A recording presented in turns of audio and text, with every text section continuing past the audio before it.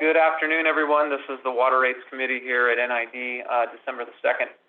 We have Director Peters on her way. We will start in about 10 minutes from now when she arrives. I anticipate, maybe we'll just we'll come back on at 1:15 to see if we're there. So those of you who are waiting, we'll take a break until 1:15. Thank you.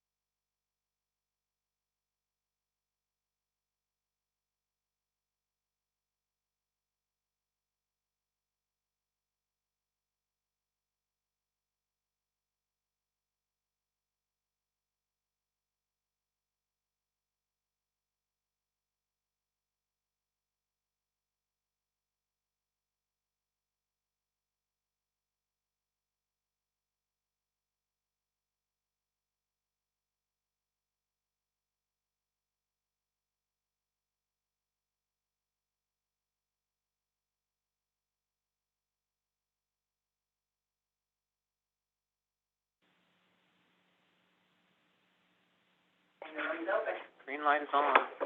Okay, good afternoon, everyone. Good afternoon, everyone. We'll reconvene for the Water Rates Committee. Today is Wednesday, December 2nd. It's 1:15. We are in the boardroom here at NID and on Zoom. Looks like we have a handful of people online. The agenda I wanted to sort of outline, it's kind of generic in the agenda itself, but there's a few items that we'll cover today, and some of them are some general questions that were asked and sort of discussion topics. If we wanted to go into some questions and answers that were directed at the NID staff over the last couple weeks from Director Peters, if there are any further clarifying questions from that. And if there were any clarifying questions from particular revenue sources that NID has at the moment regarding MOUs from other other wholesalers, if there are any particular questions that the directors might have there. We would like to go over the rate comparison from the previous rate study and just highlight that and talk about that. That was a question that the directors asked for us to review in the previous meetings, and then we put together a document that identifies some of the shared resources that NID utilizes. There was a lot of talk last time about staff being utilized in recreation department and hydro staff being used, and how do we account for that time and that effort and that cost? And so Marvin and staff have worked up some information, and so we'll share that with you today, as well as the members of the public on the screen. So that's sort of the layout of today, and then of course any other questions and actions that we want to get to. But I think that's kind of covering what we want to touch on today. Is there anything else that the members would like to cover that hasn't been mentioned? I think that's a lot. I think it's plenty. Nothing just thinking ahead towards the discussions about subsidy for modified farmers and the farm survey that's proposed From Dan Macon, what we talked about last time, yeah? That's a general topic. Was that followed up on? I think he said, what I remember is that we were going to shoot for sending that out in the January mailer, but I think he was thinking it wouldn't be ready by then. That's sort of where That's what I recall. That's what I recall, yeah. Yeah. So, anyway. Okay. And then the other follow-up that I'll just mention is that last meeting we went thoroughly through the 30-plus pages of NID rates and structure, and so there were a number of items for staff to look at and adjust and amend, and we haven't fully gone through that and all those, so we anticipate maybe in... Actually, I think this is a good point to talk about that. I mean, given the breadth of the schedules that we need to adjust, what I would like to do is have staff continue to work on those in the coming months and bring it along with the rate study package as a whole. Obviously, we bring it to this committee before we're final, but I'd like to take the next few months to clean it up, get it how staff would like to see it, addressing many of Laura's concerns and questions, getting it to where we are comfortable in providing the background and the details on each schedule so that you can accurately track where the rate came from and how to calculate it in the future. So that's what we're working on, but it's going to take some time to clean all that up. Yeah. And do we have to do it all in lump sum, or can we do it as we go along, or? I believe that Some are interrelated. it's a little cleaner. In the past, the district has done it with the rate change. It doesn't have to be done that way.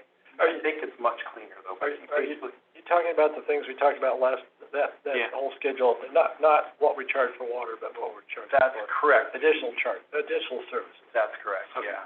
Generally speaking, we in the past have adopted that rate of schedules with the new rate because they're included in there. So Right. I would like to get it cleaned up, get everything squared away, take it to this committee so that everybody's on board and agrees, and then it's ready to move forward with the rate study for 2020. That's at least my theory, unless y'all have concerns. Well, I believe that a lot of them, we didn't know the basis of why it was what it was. And so I think that we need to discuss that because, and we can't do it just after the fact. I mean, you can't set it until we understand the assumptions of how it's set. And so I would think that we would talk about the assumptions on each one, maybe not do the actual calculations on them, but take them one by one or two by, take a chunk of them each time to say, okay, well, what were these assumptions? Are they still relevant? Do they still make sense? Is this, like the capacity, the box charge? I mean, do we know, when was the last time that was updated? We don't know when it was updated. It's just been increased by CPI for however long. Yes. And so, but does it reflect the actual cost of our staff going out and doing that? Right. We're trying to true up those kind of things. And I think that has to be done not just as a, here it is. I think a lot of the assumptions need to be discussed. I agree, and I should have assumption. clarified that. I agree with you 100%. But what I'm thinking is we take those little bits and pieces to you, but as a whole, when we get the whole thing done and clean, we adopt the whole schedule along with the rate. But in between now and then, we'll be bringing those little tidbits to you. Yeah, because In a little lot of them sections. do have assumptions that need to be trued up. I mean, Yeah. we don't even know where they were from, and so do they make sense today? Maybe they made sense in 1995 or 1984, 1975, but maybe it's different now. So maybe for that purpose, moving forward, staff will talk about the next rates committee, if there's an opportunity and we have a handful that we can bring forth and we're ready to talk about the assumption. If we're not, Right. then we'll wait, but before we get to the full package, what you're referring to is sort of the underlying assumption why these Right. numbers were brought forth. Well, as we are ready to bring that assumption together, if it's not all of them at once, we can bring a handful of them, Mhm. Yeah. go through them, put them to the side. Next meeting, bring a handful of them, put them to the side, and then Right. You got it. be ready at the end with the whole package. That's how I would That's a good thought. anticipate it. Yeah, and because of some of them say, well, this is based on the rate established in that other one, so let's look at the other one first, Yeah. and then these other ones are gonna be easier because it's based on those other ones. So distill which ones are critical that apply to numerous ones, and let's do those first, because those are the most, Okay, the we'll most work on that. ones that need discussion. In that package will be, fixed rates for service, No, that gets set by the board By the and through the board. rates process. water rates. Because I think that's a really big one. I think that's one we really need to be going forward, looking at the future and the cost, the challenges with loss of revenue with drought, loss of revenue for, water conservation, that's one we really need to be, seriously considering, looking at. But I don't disagree with the same, to look at that other list, So kind of back to the whole holistic picture of this process, right? The board allowed for this rates committee to continue. The idea is to have a rates package to be presented to the board by this next summer, That was my other question for today. Yeah. So summer being summer 21. June? We should have a fair enough assumption of what our rate package is gonna look like to present to the board by June, because that's when we build district budgets Right. to be complete by August, September. So we want a pretty good understanding of what a rate package is gonna look like by June, July at the latest, I would estimate. And so that gives us a package here of about 6 months to go through some of these items. And fixed rate cost is really big, and at one of these points, we're gonna bring in our rates consultant, who's going to be really driving the actual numbers. Right now, we're still sort of utilizing this time to come to, some of the underlying Right. actions of the district and assumptions that have been made, and are they relevant, and is it still valid, and that sort of thing. But when we get to the numbers, we're gonna really bring in Bartlewell. Did we use a consultant I don't remember, did we use a consultant last go around? Oh, yeah. I don't remember that one. Yeah. So Right. that's kind of an overview. I'll kind kind of pause us there. And that's sort of the agenda for today. It's a lot to handle. We don't really have a time set for this. It would, it'd be nice to be a couple hours, and we'll just kind of keep time, and I want to keep marching through this thing. Don't want to, drag out as much as we have to. But I mean, we'll stick here until we can. But it's nice to sort of get in and get out and have the discussions that we need. I would like to open to, I believe there's some folks on the line that want to make a comment or two before we get into the meat of the agenda, if I understand that correctly. So if you're not interested in really sticking around to listen to the whole agenda and you want to just say a few words now that we can kind of ponder on and think about, then you're free to do that now. So I'll open it up to the public, *9 to raise your hand. Looks like Brad Fowler is there. Can you hear me? Yes. Go ahead, Brad. Hey, good afternoon to you all. I have 3 different things. Number one, the format that you guys are using is it's different than any other government agencies are using currently, and it doesn't allow us to see who else is in the gallery. Most other agencies are using, at least our local level, are using a different format. This is more of a, it's like for a class or something similar to what you're doing. But I'd like you to come more in line with what everybody else is doing on your format so that we can see who else is participating in the meeting. I think that'd be useful to all of us. And so that's just a technical thing. My second deal, so we started this meeting late, and that's regrettable to me because there's a saying that time is money. So you've already shown that you're not respectful of my time because of the inability of a director to get there and to be at a scheduled meeting that's been scheduled for over a month. The inability of a director to show up on time shows that she's not respectful of my time. I hope that she is more respectful of my dollars, because you're talking about my livelihood and my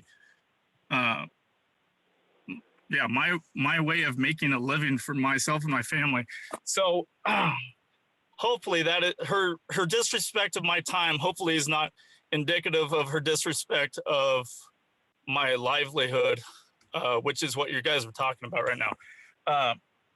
And so my third point is that ag rates, production agriculture in Placer and Nevada counties cannot withstand additional increased water rates. We are paying as much as we possibly can right now. We're in a business that has very thin margins. If there was more profitable things that we could be doing with the ground and the water we had, we would already be doing them. Anybody that's in production agriculture is in a very, very thin margin industry. We're already doing it because we like it, because there's better uses of our time and money. If ag rates increase, this NID board will be responsible for the loss of agriculture in our counties. So I just want you to bear that in mind. It's not just an academic exercise that you guys are doing. This is our livelihoods. And it's one of the reasons that people like living in the foothills is this agriculture that we have here. So hopefully you guys can take that to heart. Thank you very much for the opportunity to speak. Thanks, Brad. And this is Director Peters, and I do want to apologize for being late. There was tree work. I drive on 2-lane roads from as far away in the district as you can possibly get. I was stopped by 2 tree trimming things. I was hung up on Highway 49. I left at the same time I always do, and I'm usually here 15 minutes before every meeting. But for whatever reason, the traffic today was horrendous. So, and I do apologize. I make every effort, and I usually allow at least 15 minutes leeway to be here early. And so I don't know, this is an odd time to have a meeting, and the traffic just did not cooperate with me today. But I do apologize, and I try to make every effort not to be late. Man, I wasn't looking for a rebuttal, but that's weak. everybody knows that's weak. I expect more from my employees. I expect more from my children. I was able to make it here. I live a lot further out than you do, and I had to get somewhere where I had cell phone reception. Don't give me weak excuses. Your priorities are misplaced. Fix it. Okay. Thank you, Brad. Is there any other comments, thoughts before we jump into the agenda item? Okay. Seeing none, I'd like to open it to some of these, if there's any other further discussion items in our questions and answers that directors would like to engage. Did you have it? No, I don't have it.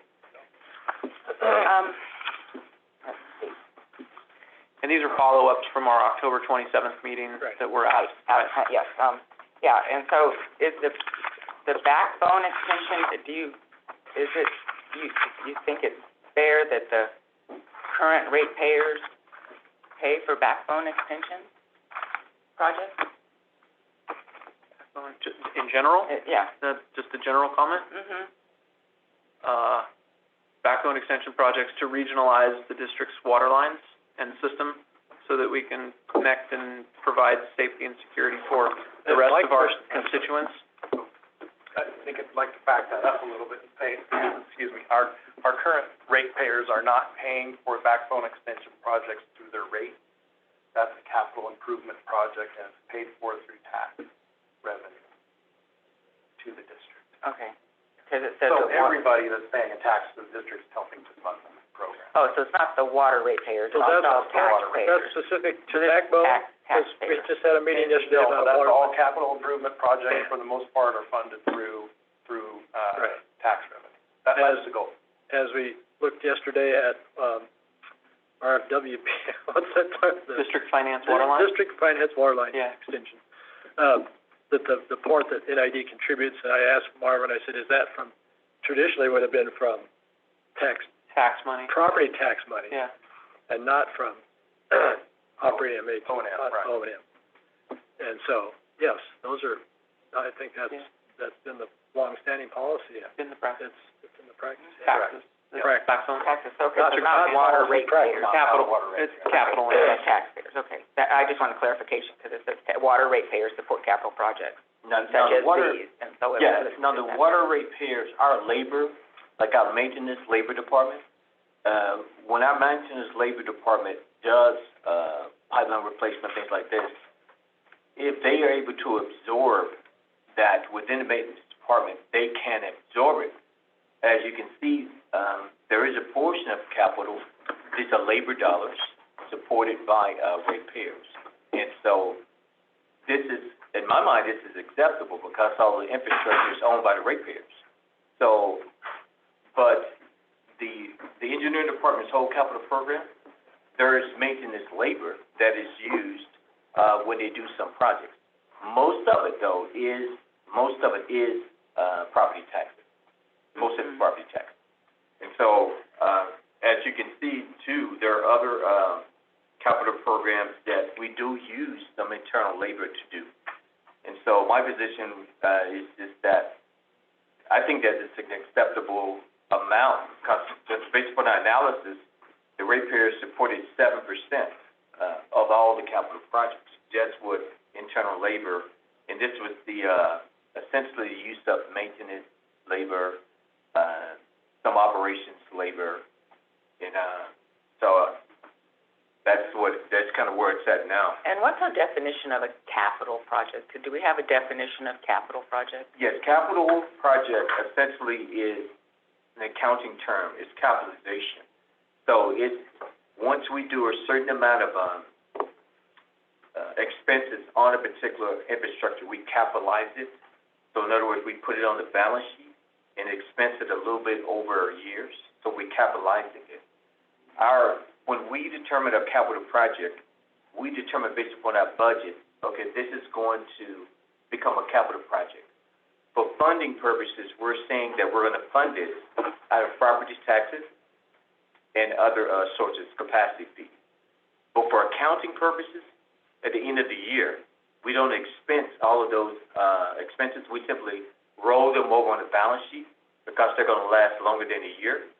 So we're So a project that lasts longer than a year. and the threshold in money as well. So our What's the capitalization threshold? policy essentially says that if we do infrastructure work, I think our pipelines is 50,000. Our buildings is 25, I'm just going by recollection. This isn't a Minimum policy? amounts Yes, before it's in we the come- policy, it's in our accounting, it's in our capper. So when you look at our In the capper, capper or in our policy book? Board policy? Is no, it a no, board it's policy? in our capper. Our capper is in the capper, we've adopted the accounting standards that says we're gonna capitalize once we have this much expenditure. For vehicles, it's 5 years. So like when we buy a vehicle, right, we don't expense that in 1 year. We expense that over 5 years. But let's just say that without pontificating on what you're recalling what the answer is, why don't we get the answer for you? Yeah. And we'll show you what that Yeah. exact number is, and we can get that for you. Okay. Yeah. Because, for It's just example, like standard the, GAAP accounting practices Standard GAAP policies. accounting. yeah, like the Haight siphon, the Doty ravine, the Doty Canal siphon upgrade, are those capital projects? Yes. Those are big enough in terms of the amount of money we're spending, and the improvement is gonna last longer than a year. So those are the rules, it's based upon the amount of money we spend on the project and how long it's going to last, the infrastructure. And So this question, in the private sector, I grew up, you had IRS rules that covered this, and you could spend so much per year on O&M to fund those things, and then if it was going, or if it was gonna last 25 years, or it was a project that you paid a long time on, then they upped the rules. So you could write off a lot, you could build a whole building and still fit the rules in 1 year if you wanted to write them off that way. But generally, a capital project was one of those that you financed, you went on, you paid for it, and you expensed that portion each year on your income tax. So that's the direction I'm coming from in the past, but Yeah. we're not running by IRS rules here. We have CAFR rules, Yeah, right? and I mean, this is a little outside of the rates committee discussion purposes, so I'd like to keep moving. So what my point is on my rate, so the point I'm trying to get to is trying to understand is that, that when we capitalize it per our accounting, do we take, when our maintenance crews, because I know that they worked for 2 weeks, they had a whole crew for 2 weeks out on Fruitvale Road, they did a road crossing, and they put a thing in a ditch, and big project, and they worked full-time on it for 2 weeks, and they worked on engineering for a long time before that, and it was all done with in-house staff. Did we I am assuming we capitalized that project, because we took a canal and put it in a pipe and made a big drop inlet and made this big thing, right? Yes. And we used our staff labor, so it was keeping them from doing routine maintenance, they were working on a capital project. Sure. And then when we capitalize it, do we reimburse the maintenance fund from property taxes to backfill that money to make O&M whole because they were working on a capital project? No, we're not doing that. Laura, this is a philosophical question I get asked regularly, and I'm gonna ask you, what is the problem with ratepayers paying for this stuff? Because I get this question regularly. Yeah. Ratepayers are using the water. Why does this continue to be a question of why we spend this? What do we get reimbursed from somebody else or from the government for projects that benefit them? Okay.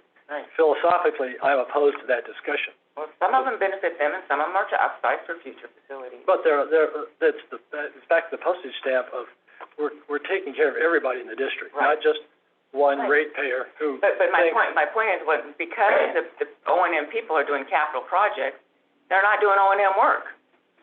Because they're busy doing capital projects. But what does it matter?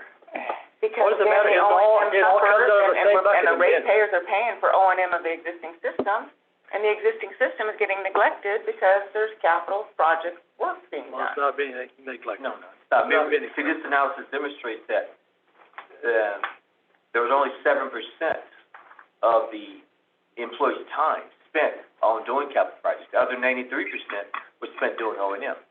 So the thing I'm saying is that it is acceptable for the ratepayer to work on some capital projects. It is acceptable. It's just a matter of how much. How much it is, that's right. It's just demonstrates More and they more and spend more. 7% of their time. That's all it's saying. And this was, and how was that, I don't even know how that was calculated. No, it was essentially when we work on any capital project, the employee will charge us time. Yeah, it's, To this that is project. based in our accounting. Yeah, and we just, Okay. well, All right, well, we'll move on The from that. question, yeah, I think that the answer is that clearly NID staff, maintenance staff, engineering staff, administrative staff do certain work and bill certain time to capital projects. Capital projects, by and large, are funded through taxpayers.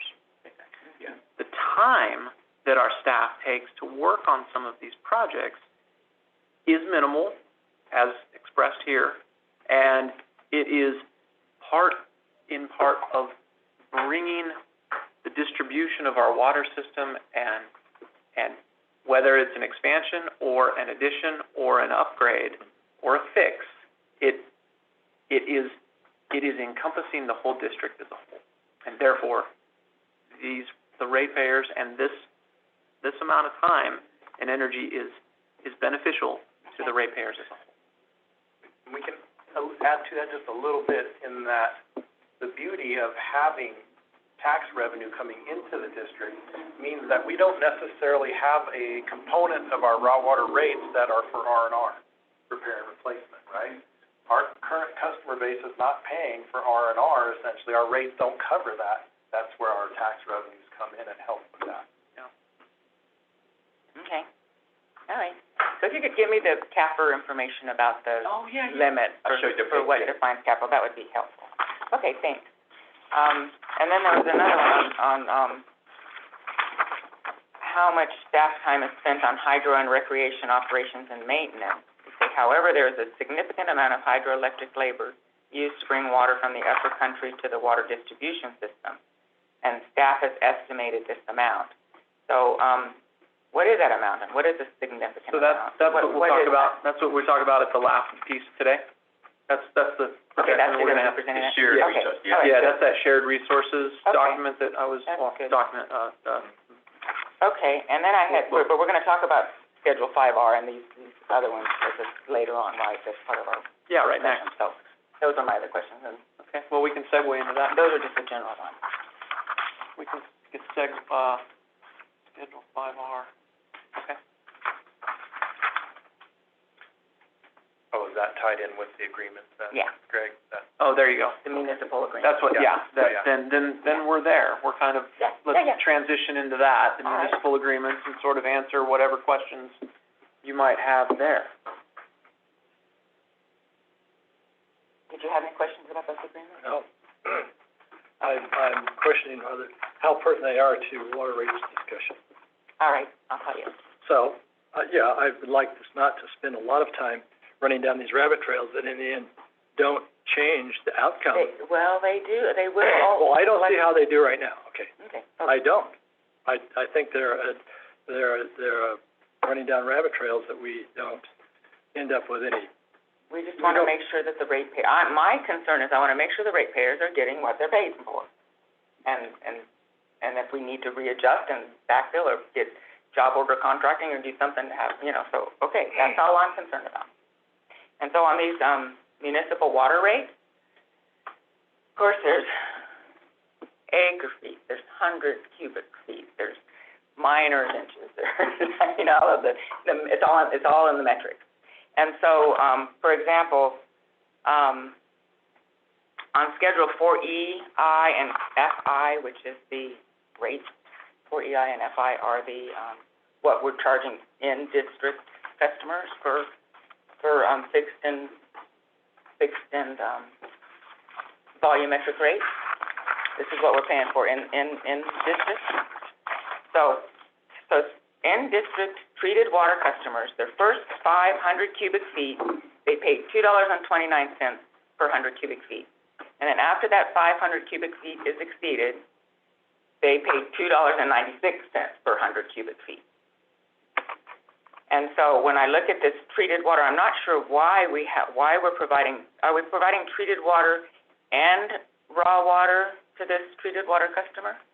This first one, this, Where are you at, 5R? 5R. So it's 5R, first you have treated water. it broken into two different sections. Yeah. The top of 5R Treated water. is treated water for inside district customers, okay? This is, by the way, this is one of those pages we need to clean up, that part. Yeah.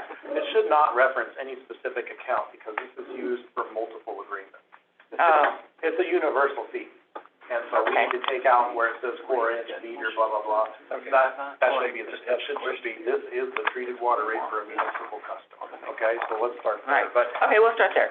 So the 4-inch meter with double check valve, it's, the fixed rate is $721.58 a month. And the, of course, the 4-inch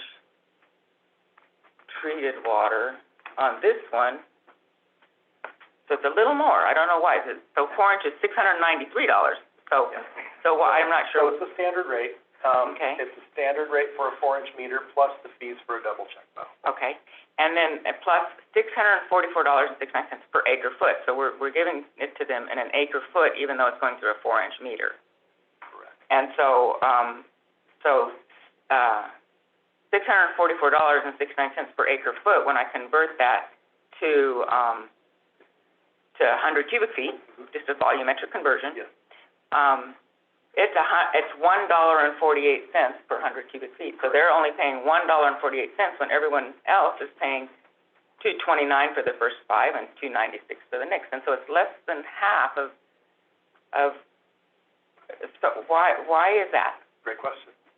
So this is the one that we brought up last meeting when I was going through the rates. This Yeah. particular rate is half the highest, volumetric fee for the Yeah. standard customers. So Yeah. this is one of those items that, we would have to bring up and Bring up. discuss and potentially adjust if the board wants to see Right. that change. And so who's going to do those bracketing of, what if we brought them to where they're in district customers and they're getting treated water, which has, I'm assuming we guarantee pressure and flow to them. Yes. And with human right to water, we have to give them water, right? And so this could be, I don't know why it's like this. And so that's one of them. And the same thing with the city of Grass Valley and it's out the hills. There's no fixed fee. They're getting treated water, especially with human right to water. We guarantee pressure and flow to these people, right? No. The outside district customers are all surplus customers, meaning there's not a guarantee of water to them.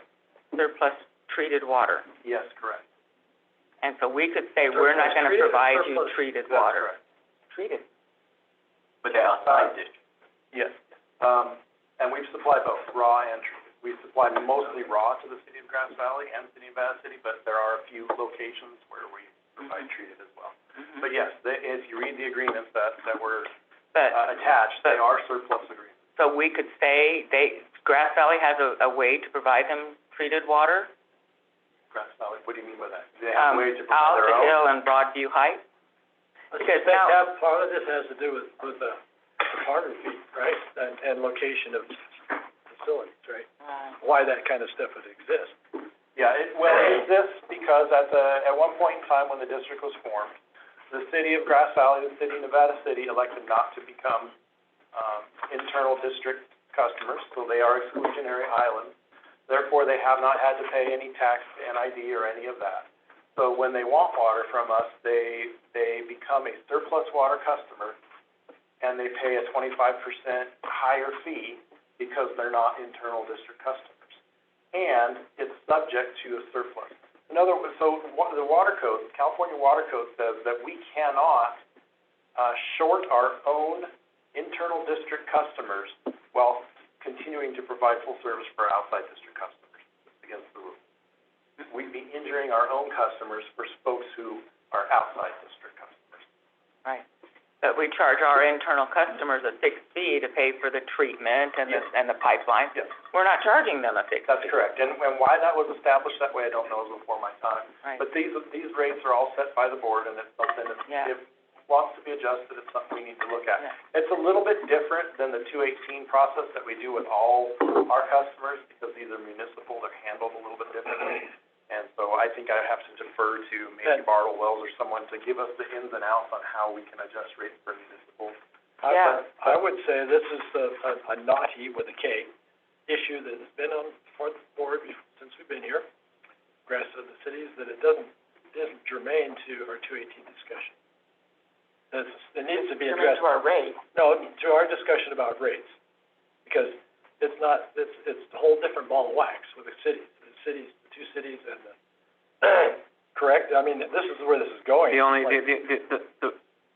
way that it's pertinent to a 218 process, like Chip just referred to, is that if there is an additional revenue opportunity, then what we're looking at in the rate package is a delta. At the end of the day, we're looking at a delta, what it costs versus what we receive.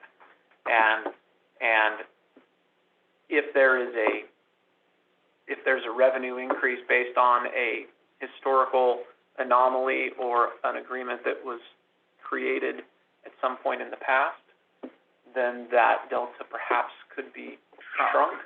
Therefore, a rate package could be shrunk. But again, like Chip says, this is not, these MOUs and these agreements they're simply that, they're agreements. They're not pertinent to a 218 rate package. What Director Peters is referring to is a board-directed organizational discussion.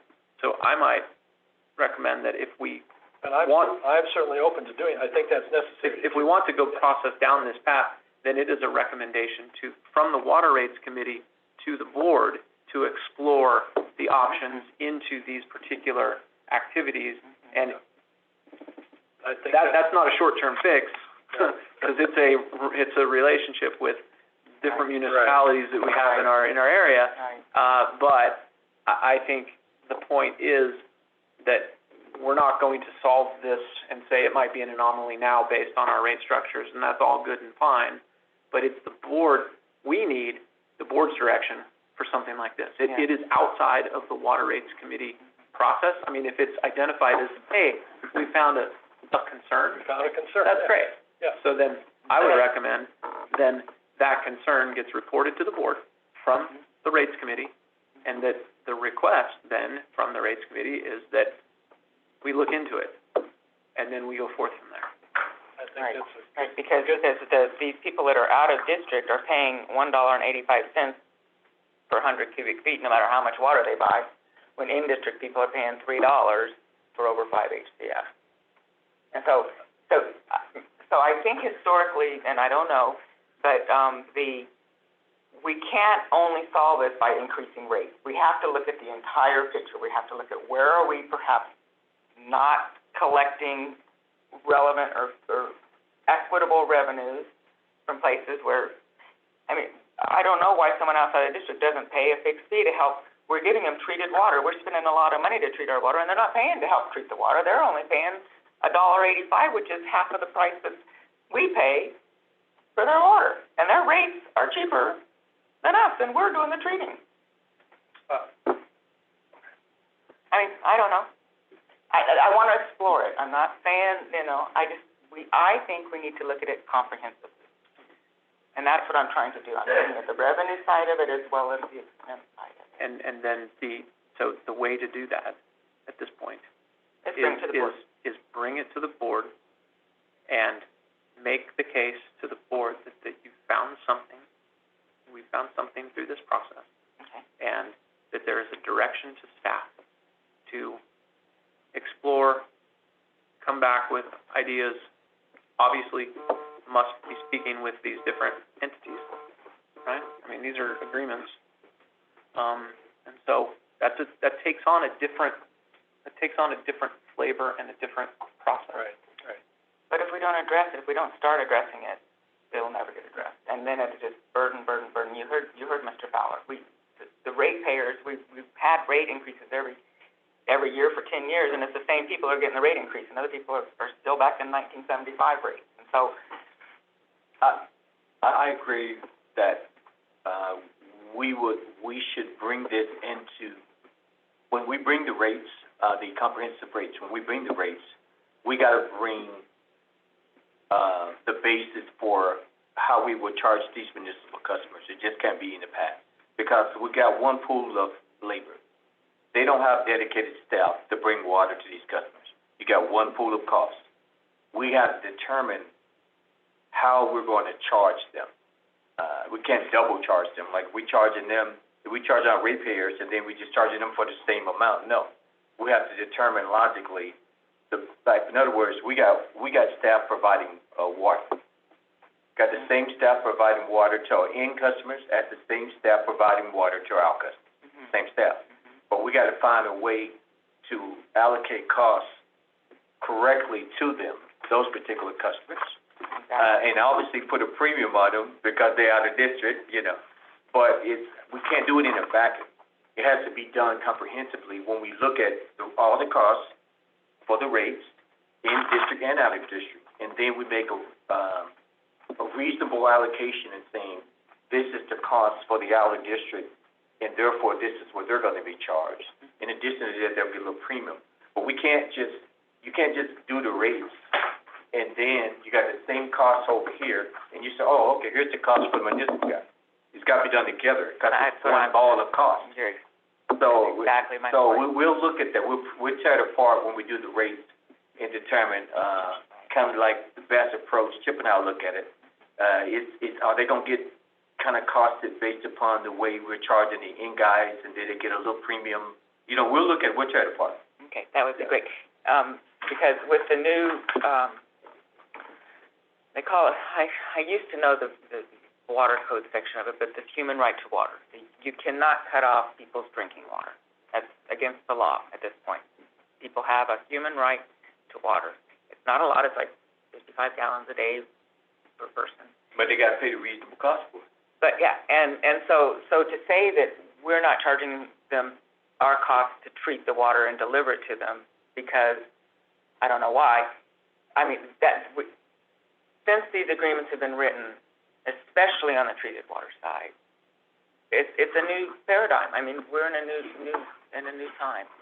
Yeah, and so the treated water costs, since the municipal rates have been developed, has been escalated by whatever the rate increase that was adopted by the board at that time. So in other words, when this rate was established, 5 years later, the board adopted a 6% increase. Well, these rates all got adjusted by 6%. So it's been tracking with each rate increase, but there's some idiosyncrasies within it, like the fixed fee. Why that's not in there, I'm not sure. And why their rate's only $1.85 per 100 cubic feet. No, and I will say that our municipal rates do not have to match our customer rates. They can be totally different, but you have to have the justification as to why. For instance, our raw water rate is not even close to what our general customer raw water rate is. No, I know that was my next And that's because we provide a more guaranteed source of supply to these folks, because we know they're using it to treat it and then send it out as treated water. And the human right to water says you have to have a pretty robust supply. Right. So we charge an extra fee for our raw water delivery to those folks because it's being used as drinking water supply. Well, they're only paying $13.96 a miner's inch, and we're paying No, $397 plus $496. Theirs is $290. I'm gonna write it down. $290+ an acre foot. Our internal customers are paying $35 an acre foot. It's an 8 times multiple. Well, this $350 city referendum, $350.90 per acre foot. If I take $350.92 and I convert acre foot to miner's inches, it comes out to $13.96 a miner's inch. So I don't know if that's right. Because I was just doing it. But did you do it for a year or for 6 months? I did, and I did it just straight across. So it would probably be a year because I didn't change it to. So our fee is for 6 months. But Anyway. so they only get water 6 months a year? Yeah, that's what our per miner's inch rate is for 6 months out of the year, right? It's our summer irrigation. What about our winter? I pay a miner's. It's a very different rate. There's a winter miner's fixed fee volumetric. Yeah, it's a different rate. So anyway, we can walk through those. Yeah. So we need to. Essentially, what I'm trying to tell you is that the rate for the municipals doesn't have to match what our customer rate is, but it does have to have the justification of how we came up with that rate. And it should cover the cost to send it to them. Yeah, sure. That's my point. Let's make sure we're covering our costs for these people. Keep in mind, though, if we do, for instance, if we take the treated water rate and we're only charging them half of what we currently charge others, and we double it, there is an effect to our municipal customers. For instance, the city of Grass Valley, essentially you'd be doubling their water rate hardship with that is something to keep in mind as we explore these risks. But if in-district people are paying double, I mean, if we're charging our in-district people double, so why would we give our out-of-district people half? I hear you. That's my point. That's a discussion we need, I think. So I would like to Yeah. move that we bring this to the board to make this, to investigate this and figure out how. Now, we're talking about treated water to outside the district. That's what we're. Right, treated water outside the district, And and treated water to, how many of those do we have? How many dollars worth do we have? we don't know. No, I mean, how many customers are there? How many acre feet? How many? We don't know. Yeah, I have that information. We don't know. Yeah, we have. So it's It's, so treated. very water small amount, is my point. I don't think so. I City think- of Grass Valley used 1.35 acre feet treated in 2019. City of Nevada City, let's see, they all raw water, 1.35 for City of Grass Valley, yes, correct. Acre feet. 1.35 acre feet. It's very small. In That's 2019. that's my we point. felt- Well, Very we only, It's a drop in the bucket. It's Yeah, very- it's very small. And then Broadview Heights, which is also City of Grass Valley at another location, used 36 acre feet for 2019. 36. And that's about, the rest are all raw Right. water. And so our treatment, we only treated, on average, 8,000 acre feet, is that what you said? Yeah, well, we sell over 8,000 acre feet Yeah, Which treated water. Yeah, which correlates to 7 MGD. And we Yeah. have 41 MGD of capacity, so it's not like we're ever gonna cut these people off. Okay. True. I'm confused. I am too. Okay. In 2019, we used 8,015 acre feet of water, right? Is that right? We reported 8,015 acre feet of water to the water board that we treated and distributed. But our treatment plant capacity, and of course it has to be zoned, and so I'm talking really high level, I'm not talking any, details. But our treated water capacity of our district is 41 MGD, 41.4 MGD. Well, we've sold 7 MGD, because 8,000 acre feet translates to 7 MGD per day. 8 days an acre feet per year is equal to 7 MGD per day, million gallons per day. So we can produce 41 million gallons a day. And so these, especially these treated water customers, this logic that we can cut them off if we need to, well, because plus with the human right to water, plus our capacity, we're never gonna do that. So, Contractually, that's what it says. yeah, and so, okay. And that's So, for yeah. the water code as well, but that's not really Yeah, a rate discussion. So I guess the moral of this whole exercise that opened my eyes when I was looking at this schedule and is that these are woefully out of date. Some of them haven't been updated since, some of them 2004, one of them 1995, 2013, but where we've consistently increased rates for the same group of people. They get the same. They are Annual increasing free. rates along with all of our other customers at the same time all of our other customers are increasing, because they reference the same schedule that we increase with our Except we rates. sell it to them as an acre foot, not a 100 square foot. But if you convert, it gets increased the same incremental amount. In other words, Boy, we must have given it to for free, or they paying them to take it before. I mean, we've been having 5.72 for 10 years. Yeah, the beauty- they're still getting that rate increase. Yeah. Is that what we're not And they're connecting here? still paying $1.85 a 100 cubic foot, when we're paying $2.90, $2.29, $2.96.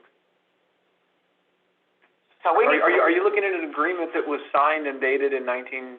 No, all of these agreements reference this 86, schedule, right. and that's why I'm looking at this schedule, because I read these agreements, and they said, oh yeah, you're gonna be charged according to this schedule. And I started looking at the schedule, and I started saying, well, these are municipal, and sure, I don't mind giving a wholesale cost to them or something like that. I'm not at all opposed to that. I'm not saying let's tip them for everything. I'm just saying right now we have a big discrepancy there, and I think we should look at it. And I will be happy, I'd like to put it on a board agenda item to discuss it in this board meeting, or whatever board meeting makes sense. Yeah, we can do that. We can do that. That's I Probably- recommend that we bring it with the, when we dive into the rate study. No, it's gotta be before. Because it's gonna kind of come down to, if we don't know a basis of how we originally set the rate, it's this. That's why we got to bring the board, the board's got to talk about that. You know what I mean, it's just, I don't know. Say that again, Mother, If we don't know the basis of how we set the original rate, it's, I mean, Well, we we know don't- how we're escalating it, Well, but. is there even any history, is there any documentation of that? Yeah, I don't think Some of there that, is. I would suspect there's no documentation. We can come around, I think we have some that go Yeah, back we'll have- ways, and we'll see what we can find. Okay. And then we'll look We'll have the rationale, and perhaps that's the next, maybe there's a next topic that we need a little more information before the board. But I'm interested in getting the direction from the board to look deeper into it. That's where I'm at. Okay.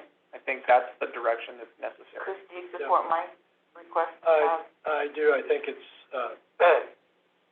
I think, I don't wanna spend a lot of time doing this kind of stuff on those little rabbit trails.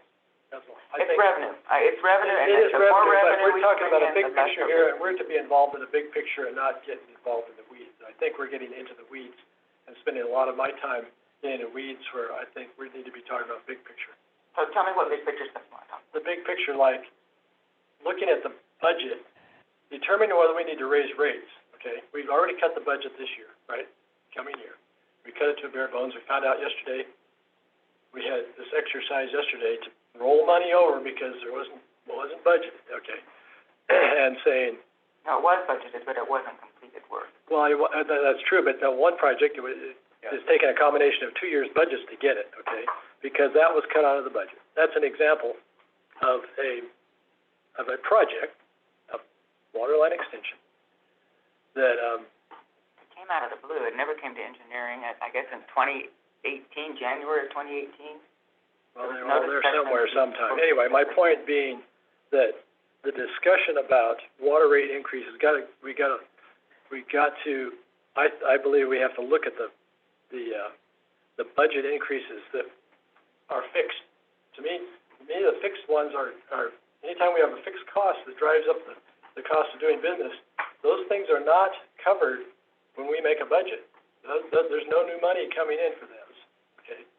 And to say, we're not gonna cut rates because somebody doesn't want new rates is not looking at the big picture of the budget. The big picture, we're all talking about reserves. That's another whole discussion. That I think is more subjective than objective, the concept of reserves, not funding reserves. And going, What do you the mean? budget. Okay, the discussion about reserves, they've got one group dinging us because they went down, another group dinging us because we're not funding them, or spending too much all the time on reserves. So we finally put in this year's budget a reserve amount for the O&M, right? We finally said, okay, we're gonna put something in that bucket. Yeah. My point is, without looking at the big picture, I mean, I believe we're here for the big picture, and then the weeds are for these guys to delve into, and if you know, the amount of money we're actually gonna realize from changing a rate to Grass Valley is minuscule in the big picture. Not that it shouldn't happen, because I know the Grass Valley thing Well, if everything is minuscule, every single thing is minuscule, but you can't start saving dollars until you start saving pennies. I mean, it all adds up, it all is relative, and I just wanna know what it is. I don't even know, Okay. I'm not here to make a decision about it, I just wanna know what it is.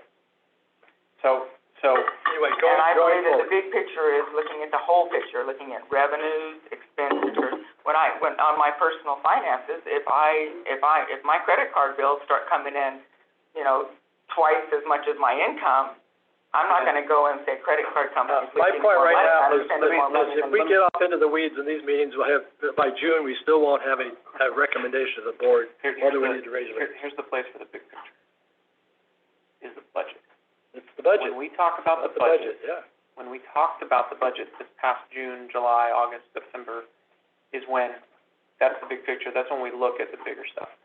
These items are fine to look at. We will go back. I hear the request to bring this concept of a review of the 7 different municipal agreements that we have, and I think what we should do is, before we bring it to the board, there's some things that I need and we need to straighten out. We'll talk and see if there's a way that we can simplify a conversation, and if it's able to be brought to the board at January, then we certainly will. If it needs to come back to this meeting in January 1st for a little more clarification and a little more divulging, then we can do that. But we'll give you up to speed on what that looks like. But you know, at the end of the day, we're really looking at large-scale budgetary considerations of the district, and when we say every single little thing, it's very difficult for staff to put our arms around what every single little thing is in the district, because there are millions of every single little thing. So we're not going to be able to get through by June with an appropriate rates structure that we recommend, that is recommended to the board, by digging into every single little element of the district's budget. That is appropriate for the budgetary process. I think what we need to do here is identify some of these things. Hey, maybe there's something here. Maybe there's revenue. Maybe there's a revenue stream there. Let's put that. Let's get the full board to say, you know, yeah, maybe there's something there. Staff, go out and think about that. Let's see what we can do before we get to the rate package. And if we can build an increased revenue stream through these things between now and by the time we hit rates, great. If we know it's going to take, you know, something like this could take quite a while, but it's in the parking lot and it can be worked on and addressed, right? So I think that's what. If we knew we had another $1 million for district-funded water line extension, we would have proceeded last year instead of the last meeting before the end of the year. We're not talking about that, right? So it's spending. The board said we're going to put this on hold until we have a better assessment. And then the very next meeting, we're doing it again. We're spending, I mean, $1 million is only $1 million. I know it's only $1 million when we have a big budget, but $1 million is $1 million. No, is it in the budget though? Was it in the budget? No, it wasn't in the budget. Which one are you talking about? The district-funded water line extension. The one that was at the committee yesterday? Yesterday. It was in this It year's was in the budget bu- yeah, it was. and not in 2021. Right. The discussion. I thought we terminated the district-funded. 2021. 2021. We rolled it into Next year. 21's budget to utilize. It was in 2020's budget. We were supposed to spend it this Well, year. why did we wait until December to do that? Well, Okay, well, that's another whole discussion, what happened That's at a the whole other committee meeting discussion. yesterday. Okay. All sorts Fill me in on that one. I can fill you in on that. A few things happened. Yeah. Yeah. So, Always a few anyway, things. we're not going to delve into that. You'll have your opportunity on Wednesday to talk about that. Okay, All all right. So I'd like to, okay. and if we can bring I it hear on you. Wednesday next week, would like to have them start having staff. Yeah, and I'll tell you what, we'll dig into the where's, why's, and how's on some of these. Some of our records don't go back that far. Some of them do. Some of them show how we get the calculation, which may help make better informed decisions on how we move from here. We'll dig into that. We've already been working on some of these, 5R. We know how the calculations come about, why they came about that way. I know on raw water treated, I need to do some more digging. Raw water, again, was because we charged an 8 times factor for the reliability. Yeah. That's pretty clear, cut and dry. It was a board decision back in the day. Treated water, we need to dig into a little more. Right, and so, yeah, and the raw water's different now because of human right to water. Well, especially for a municipal customer, right? Because we had to provide them a high, guarantee of water, yeah. Yeah. Okay, I'm good. I hear you. We'll bring it back. We'll do some more digging on our end. There's obviously some things we need to look at, and then we'll determine whether or not we want to take it to the board, when we feel comfortable to explain it appropriately, right? Yeah. There's still a lot of things Yeah. to look at. Right, and that's why I wanted to bring it up. That was the point of my Fair enough. question today. Okay. is there anything then, I mean, would that put sort of a blanket over those agreements at this point, or is there anything very one other particular? question, it's kind of I guess it would be like a legal question, I don't know, because, you had mentioned that mutual water companies only get raw water, but some mutual water companies get treated water. One, yeah. One. Okay. One, and if you look at the agreement for Oh, I thought Lake you said Bureau, this applied to all treated water 4-inch customers. 4-inch meter with double. that's correct, the rate does, but we only have one mutual water company that gets treated water. Okay. And And the reason, I believe, is back in the day when we accepted them, our rules and regs allowed it. It does not anymore. We have changed our rules and regs. We no longer take any treated water mutual, customers. And in fact, we only accept mutual companies that are authorized by the state and recognized by the state. We used to do them internally, not anymore. They have to go to the. they're all governed by CPUC, is that? Yeah, that's correct. Okay, because, our internal people pay, the rates, it's just not, so it appears that this treated water customer is not paying equitably what all of our other. And again, as we adjust ones that pay. 5R treated water rate, it will affect them as well. Okay. And I think that's the beauty of how all those agreements were written, is they all reference the Here, same yeah. document, That makes so that one adjustment goes across the board. sense. So, Yeah, thank you. I appreciate that. I was very grateful to see that. But, the acre foot, 100 cubic foot, miners, inches, and, it's a lot of number. oh, man. Okay, So can we move away from then that in 5R? terms of kind of those MOUs, those municipal questions at the moment? no, that was it. Okay. You got the gist of my question. Yeah. I think you understand where I'm coming from. We hear you loud and clear. Yeah. All right, That's what I wanted. you do, I hear you loud and clear. Oh, you hear me? Yeah, absolutely. Okay, let's go ahead and, the next item is looking at, it was requested a couple meetings ago, that we wanted to look at the rate comparison with others, and this was that cost of service, or rate comparison. So we just wanted to give it a quick overview of that, this is kind of getting back to the whole big, the Prop 218 process, right? So, that big enough for everybody to see? Yeah. So this is comparing to other Do we have a districts. copy of this, or was this in another, It's in our 2019, 2019? Water rate report. yeah, it's in our, Cost of service? This is study? page, you can scroll down. No, this is MBS. Marvin, did we make copies of this?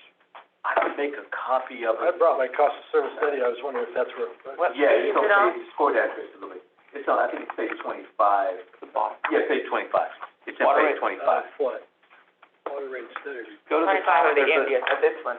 Yeah, it's page 25. Right, so I don't have the right one. No, it's the actual water rate, report that was adopted by the board back in, April. Okay. And so this is the water, this is the report that's justifying our rates now. it's a document that the board's adopted. We just wanted to bring it up on, See, we got the our screen own to little take a look. screen here to look at.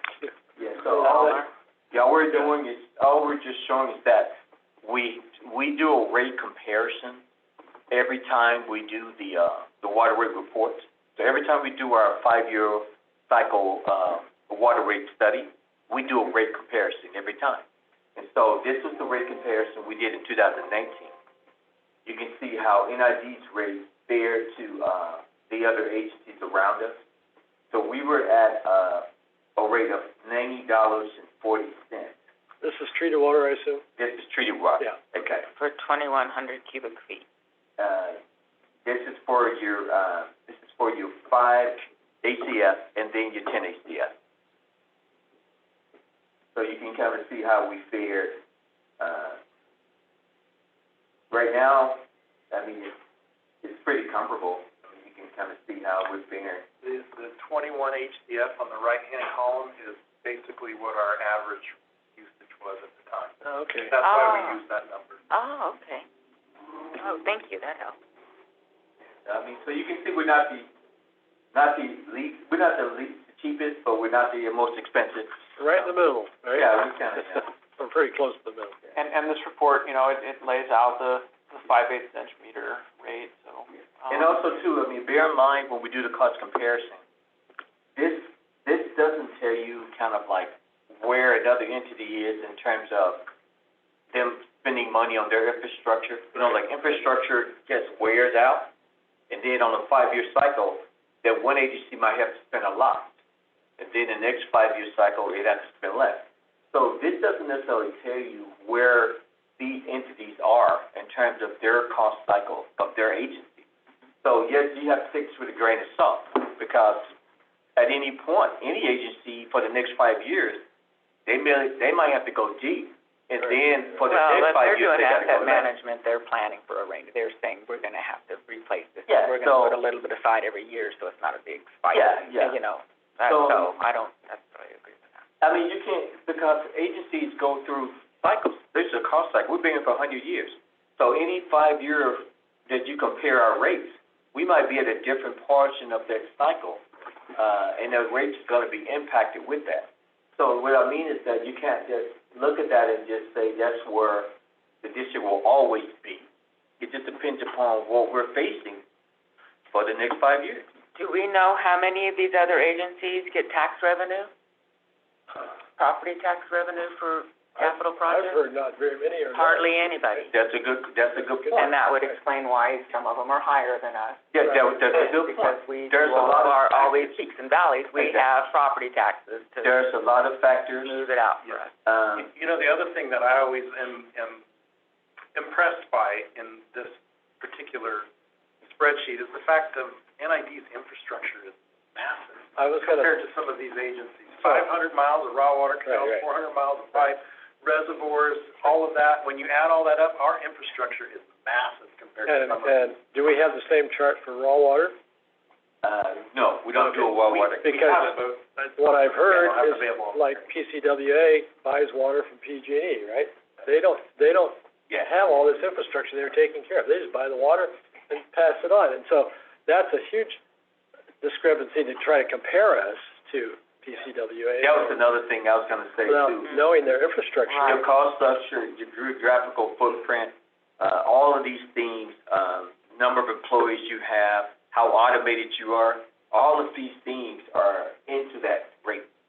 And so for you really to get a good understanding of it, you would have to probably take 5 or 10 huge cost drivers and see how comparable you are to that other agency you compare them to. Otherwise, you just kind of look at the numbers on the screen. Right, and And so so- we're in the middle of the packet, really, this really doesn't. Yeah, I wouldn't, personally, I wouldn't do it because it's like what Chip said, your geographical footprint is huge compared to someone, City of Lincoln or someone like that. It just, you just, But numbers on the screen. to that point, however, when the district puts a Prop 218 process on the table next year, because we will, we have to discuss this amongst Right. the public, Right. whatever it is we're going to do.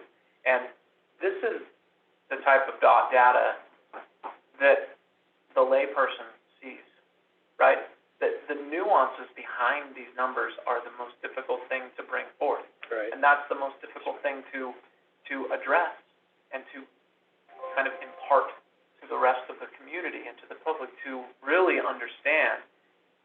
And the reality is it's a very difficult and very complex series of activities, processes, histories, logistics, topography, size. We're the second largest water irrigation district in the state, Based on area. based on size. Right. And that's just our service territory. That's not including how we get the water from all the way from Jackson Meadows all the way down to here, right? That's not including the 70,000 acres that is above us. Right. So, I think the purpose of this slide is not necessarily to dig into the specifics of it, and you've seen this slide before, you've seen this page before, it's in documents. It's an all these So documents. you brought it up, so what was your point with the I just question? wanted to We hijacked it. bring back the flavor of the rates committee, and that,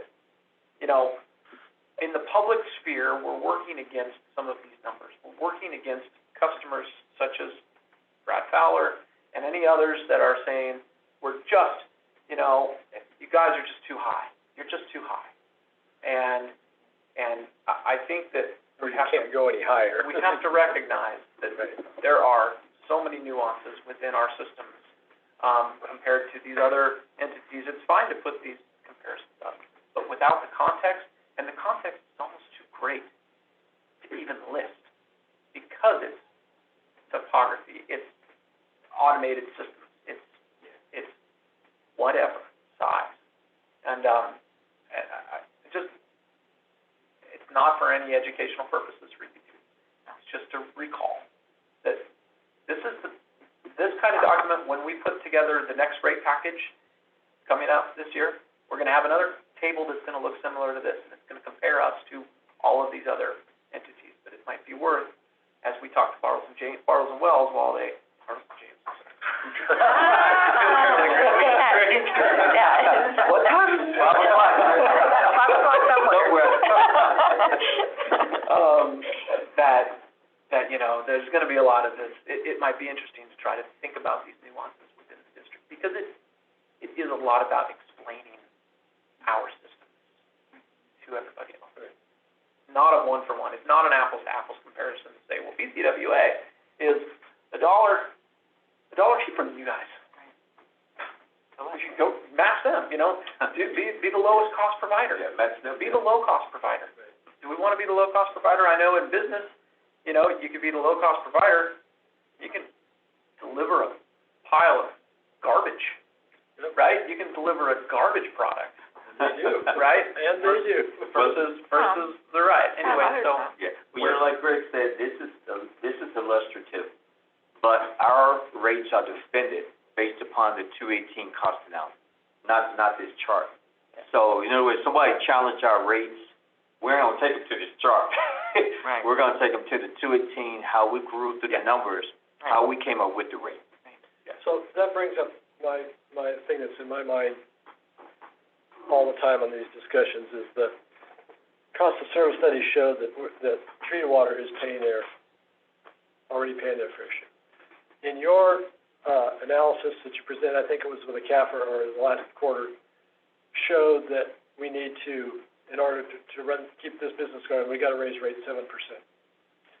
Does that include the treated water bunch or raw water only? Because if we can't, you see where I'm going with this discussion about the 218 process.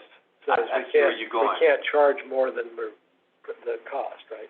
Our 218 process this year has to be careful because we've already put out a report that says that the treated water customers should be paying less and the raw water customers should be paying more.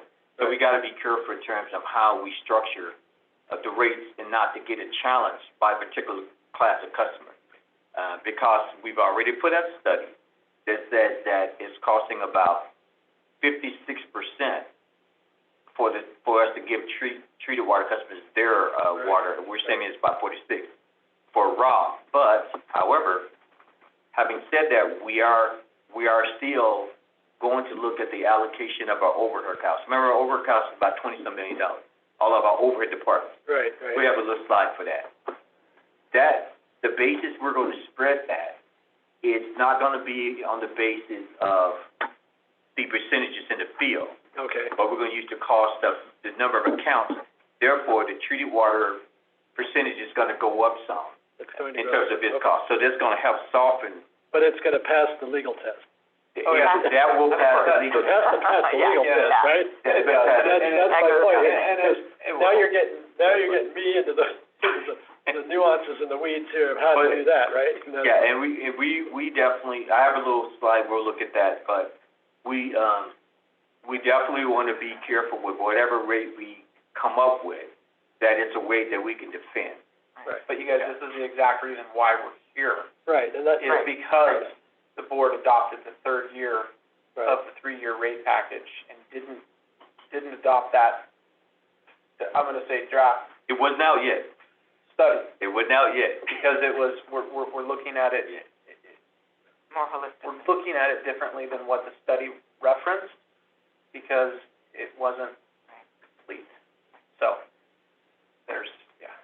And I think that if we bring our rates, or all of our rates current, instead of, like if the box charge, if we set that in 1975 and only increased it by 1% a year for inflationary purposes, when in fact retirement and materials and labor has just exponentially increased, way more than 1% a year, we're undercharging.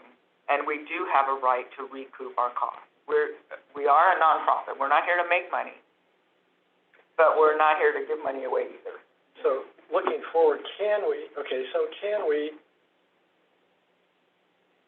oh, let's see this. So I've been thinking a lot about the budget keeps inching up. The COLAs, the PERS, the things that are fixed costs are going up. And the rate, we've set our rates for 3 years, and they're fixed for 3 years, but the costs keep going up. Okay, so now we find ourselves in the position we are this year with the budget. Can we look at the budget and say, okay, and I think that's easy to do for you, Marvin, to say, okay, there was a graph in one of these reports recently that showed that those two lines are, they're like that, right? The expense line is going up faster than the income line. Yes. And can we justify, this is a long question, can we justify the 218 package, that principle, and say, okay, here's a bunch of fixed costs, and oh, by the way, we have these future costs coming down the line, hurt, loss of water, drought, I mean, those things that are in our future that we have to start planning for, rate-wise, I believe, to cover them, and that we're gonna be stuck if we don't. I think part of our job is to keep rubbing the crystal ball. That'll be the philosophy of when we get to the package itself. Okay. That'll be the philosophy when we get to the rate package Yes, itself. right. That'll be the philosophy of the two of you and this committee, and then to discuss with the full board. I think let's look at the other shared resources the now? shared resources. Let's go to We'll that. look at this. Okay, Chris, you pull this little guy up, and we can print this out. Director Peterson, you don't necessarily have to take notes unless you just want to, but. Oh, this is Laura's question about the overhead. Yeah, we'll walk through it slow. This hasn't been done. This analysis hasn't been done by the district in terms of looking at how we're sharing resources among the operations, like, how we're sharing resources. This analysis, what it does is this. It shows you, and you can scroll up to your top. Yeah. It shows you the fund on the left, to fund. So it shows you the water and the recreation hydroelectric. It shows you the from fund. In other words, we're seeing from hydroelectric to water in the first line. And then it's showing you the resources that are being shared. It's giving you a cost estimate that we will dig into. And it's giving you kind of the basis on the notes as to why we're doing it. So we will walk through this analysis. This first portion of the analysis, the board adopted. The board adopted the $10.5 million to be given from the hydroelectric fund to the water fund. It's still a shared resource, but that's a board adopted. That's why it's in the analysis. For 2020, the board adopted that we would use $13.4 billion of the hydroelectric reserves into the water fund. That's a shared resource. The next line, the interest earnings. This is a shared resource. It's approved by the reserve policy. The reserve policy says that the water fund will get all of the interest earnings from hydroelectric reserves and from recreation reserves. The water fund will get all those interest earnings. It's in the policy. The investment earnings for fiscal year 19 that went into the water fund that would have went into hydro was a little bit over $1 million. For 2020, it's a little bit less because investments have gone down a little bit. The rates have softened. Recreation, the same deal. Recreation, transferred about 24,000 in investment earnings into the water fund because of their Where did they reserve. get investment? Where did recreation get investment earnings? Recreation had $1 million in reserves at the end of 19, their total cash. All of that is invested even as we speak. So at the end of 2018, the recreation's cash balance was a little bit over $1 million. So when you look in the CAPR and you look at the cash for recreation, it's $1 million. Well, if they have that money, why do we have to give them, why do we have to subsidize them? No. This is showing shared resources. This is showing what This is what they're giving, you're saying recreation is paying to water? Yes. This is the reserve policy based on recreation Yes. interest earnings. So this is showing you the total shared resources, not piecemealing it. So you can see totally what each fund is using of each fund. Water is using 24,000 in interest earnings from recreation. Why? Because water does admin overhead for them, we do payroll for them, we do over stuff. We're gonna work. So they're giving it to us. The recreation is giving it to water, not Yes, water giving it to But recreation. we're gonna get down to where recreation is using water resources. Right now, Passive income. we're at what recreation is giving to water. We're gonna get down to what water is giving to recreation in the next section. Right now, we're in the top section. This is what water is getting from all the other funds. So we have a separate recreation investment fund. Yes, all of our investments are Separate. pooled. The reserve fund. Yeah, all of our investments are pooled. Like all of our $70, $80, $90 million is all pooled together, right? Mm-hmm. But the interest earnings is based upon the cash balances of that fund. Recreation has about $1 million at the end of 2019. Therefore, it earned about $24,000. Oh, it's not actual, it's just It's interest. Yes, it's interest we income. said, okay, Yeah. out of the whole fund, out of these reserve policies, this is how much everyone had in it, and so this There you go. how much. And It's a it's all proportional yes, calculation. it's a proportion. General accounting. It's a proportion based upon their cash balance. Proportion. Okay. It is money. So it's not they're really giving it to No, us. no, it's real money. And it's real money. And the policy says Yeah. that the water fund will receive all the interest earnings from hydro and recreation to support admin overhead.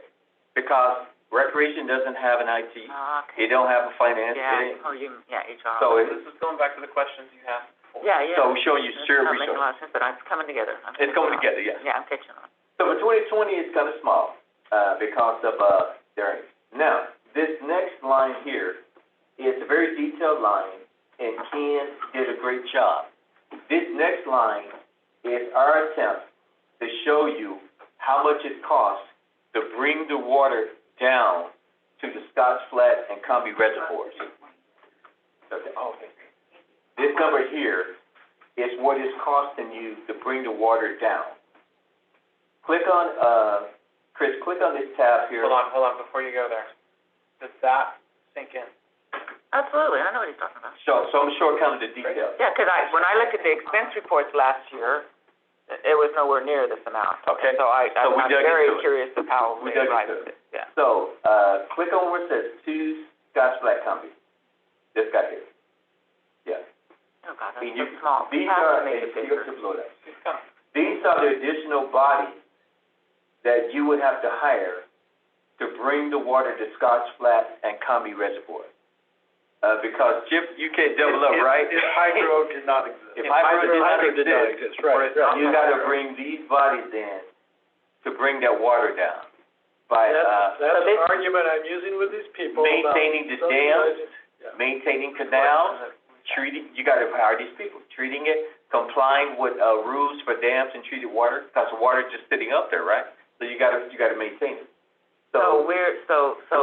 So Hydro doesn't have all these positions. Hydro doesn't have 19 Yes, they do. positions. Hydro has all So of they the have positions. 19 positions. Hydro has these positions.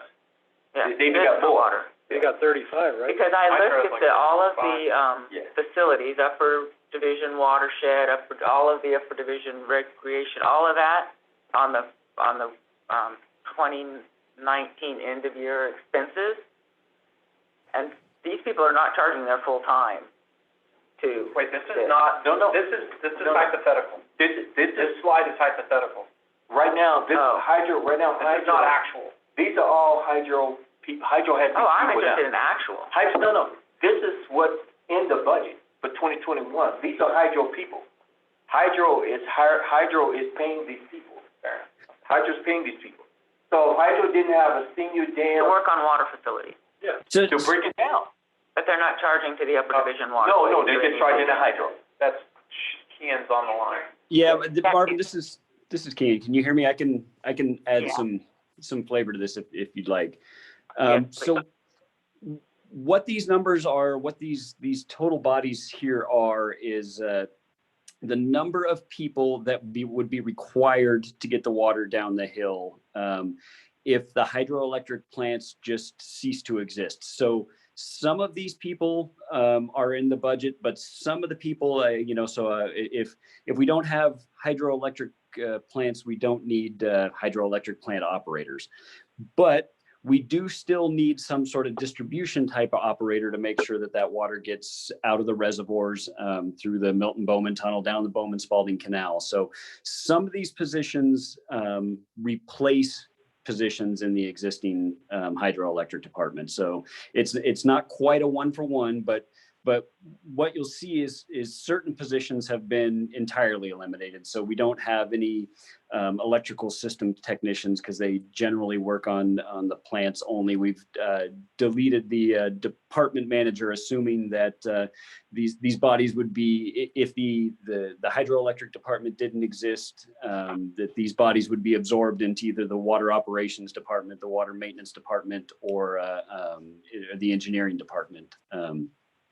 So it's a combination of existing and new jobs. So essentially, what we're saying, Director, is that you would have to hire about 19 and a half more bodies to get that water down and to maintain the dams, comply with the rules of the State Controllers Board. You would have to hire about 19 and a half more bodies to get that water down. I think a better way to say that, Marvin, is there would need to be about 19 and a half FTEs in order to bring the water down from the upper division to Scotts Flat and Rollins.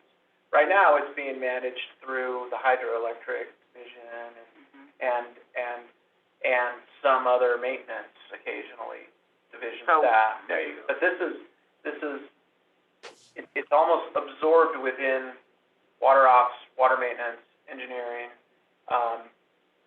and it would be in addition to kind of, it's like a, What's it, you're saying these positions are absorbed into water ops? They might be, yeah, because there would be, if the hydroelectric department was not in existence, the question came up last time, which was, if we didn't have any hydroelectric facilities, how much does it cost that water? Because all of our source of water and all of our cost of water to deliver to the community is based pretty much out of, if I'm not mistaken, Scotts Flat and Rollins.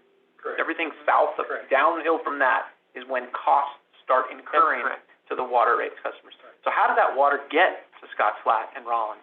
It came from somewhere. No, I understand. And it takes that much staff, that much body to get it there. So why don't these staff and these bodies charge their time to upper division water rates, Jackson Meadows Reservoir, all of these water facilities? Why aren't they charging their time to those facilities? They do. So the bodies that exist now, that the hydroelectric department currently pays for, charge the facilities in the upper division. The water ratepayers don't see that because it's paid for by the hydroelectric department. All of this cost here. But our facility reports, on our warrants, there's a facility report at the end of the warrant. Yes. And anytime staff, this is my understanding, correct me if I'm wrong, anytime staff worked on upper division waterways or any of the upper division reservoirs or lakes, their time they spent on that was from their timesheet, went straight from their timesheet to that facility. Yes, it did. And so when I looked at those facilities, I went to the 2019 end of year. That's right. No, Director, you're right. That's the facility that's capturing the cost. That's not the funding source. But let me finish. And so I looked at the 2019 end-of-year facilities report, and I added all of the costs associated with all of those facilities that were charged to those facilities in the entire year of 2019, and it didn't even come to hardly $500,000. And did you get those costs from the warrant packet? Is that? So at the end of the year, Marvin, when he trues up the budget, or trues up the expense, so the December 30th, January warrant shows through December, but then in February, they true it up because there's some bills that come in January, and so they true it up, and they say this is the final expense report per facility of what we spent on each one of our facilities. Yeah, the total facilities for 2019 is about 17 to 18 million. So I'm talking about upper division waterways, the upper division reservoirs, and that. No, but understand, if that particular person didn't work on that particular facility during the year, he may not charge it. What this is saying is that if you didn't have the hydroelectric department at all, you're going to have these fixed costs to come down. The employees may not exhaust these fixed costs every year. They may not have to work on one facility 1 month. So you think about it in terms of, okay, we're going to sell hydro or whatever, right? Now we have to get the water down. You're going to be looking at something very similar to this. Well, why aren't we looking at it now? Because we have hydro. No, but there's hydro charges to facilities. Ken, when your staff works on upper division waterways or works on Jackson Meadows Reservoir or any of our upper division reservoirs, So I think, are you saying they don't put their time to that facility? I think we need to understand which report you're looking at and what the totals are from. If you're looking at a warrant report, that's not going to include staff time. It's not the warrant, it's the facility report at the end of the warrant. Now, the facility report is used to show the activity level on that facility. Right. Again, it's not a funding source. No, I'm not talking about source, I'm talking about expenses. It's showing the expenses. So, for instance, if Ken's maintenance crew works on a canal, Upper division waterway? and maintenance for water happen to work on that same canal, they're both going to charge that canal. When you see that facility, you're just going to see the total cost for that facility. That's right. So if anything, it should be greater than this. Well, in some instances, it is, but you're not going to see. No, it's not. It's nowhere near this. Well, the facility report, it is like almost $17, $18 million for 2019. All of the facilities. I'm not talking about all of them. No, your upper waterways. But we would have to look at the particular number. But I think I need to understand what the report to comment on it. I'm not sure exactly what we're talking about, but the department, the members of the department either charge, in some cases they'll charge to the department, but in general, if they're working on an upper division waterway, they'll charge to an upper division waterway, or if they're working at a specific dam or reservoir, they'll charge to that specific dam or reservoir. Yeah, Ken's hydro, now Ken, correct me if I'm wrong on this, your maintenance department, they maintain the canals above Combi and Scotts Flat. They're maintaining that, bringing that down, right? That's correct, yeah. Okay, so essentially, you kind of know that our maintenance department, the water maintenance department, is not driving up there where Ken's guys are. They're up there bringing that water down. I understand that. So if you didn't have them doing that, all Ken's analysis is saying is that you would need about 19 more people to maintain the integrity of the dams, comply with rules, and bring the water down. That's all this is saying. And obviously it's an estimate, but that's all this is saying. Is that reasonable? I think it is. When you look at how much effort it takes to bring them down. Well, I'm not saying it's not reasonable. I'm saying it doesn't true up with actual expenses. Oh, no. It's not gonna, you're not gonna be able to go to the facilities report and see, No, I can see there's a facility called Upper Division Waterways. Yeah. And there's a facility called Jackson Meadows and Sawmill and every other one of those upper lakes. Yeah. And The water, and here's the water part of it. For this year, Hold on, let Director Peters. Yeah, the water part of it. And my understanding was that whenever Hydro works on water-only facilities, if they're working on Jackson Dam that's not hydro, or whatever dam's not hydro, does Jackson have hydro on it? It is. Okay, so one of them that doesn't have hydro, Sawmill, or one of these other ones, any other dams or anything, they would be charging their time for their work that they did on those water-related, this non-hydro upper division water facilities. Those times would be charged to those facilities. So theoretically, if I was to go and sum, which I did, I said, well, how much is it? Same as you were, how much is it? So I went to the 2019 end-of-year report. It was quite an ordeal. And I added up those facilities, how much was spent total at the end of the year of 2019 on each one of those facilities, the sum of those upper division water facilities. It was less than $500,000. Yeah, it may have been small because they may not have been able to get to work this year. Well, no. There's no way that's possible. So Yeah, I think is just really understand what you looked at. Hopefully we can sit down with you and I look can at share it those with you. numbers. You have it. You guys have it. I shared it with you guys. Yeah, we have it, but So regardless, there's no way that we spent such a small amount if it included O&M and labor costs. there you go. There's just no way. Shouldn't these facilities include O&M and labor costs? Absolutely, they should, and so that's my point, is that we really need to Yeah. find out what right.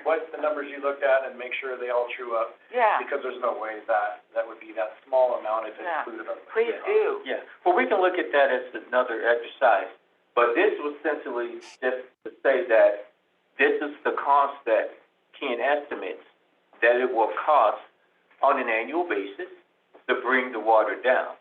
We have fixed costs, and so as you hire somebody, you're gonna hire somebody, whether they work on this canal or that canal, if you hire them, they got a fixed cost. So he's saying this is what it will cost to bring that water down.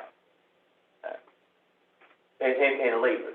The bottom numbers, the 4,389, 315, 470, this is Ken going through the 2018 budget, determining the certifications and consultants, right, Ken, that you would need to assist with that.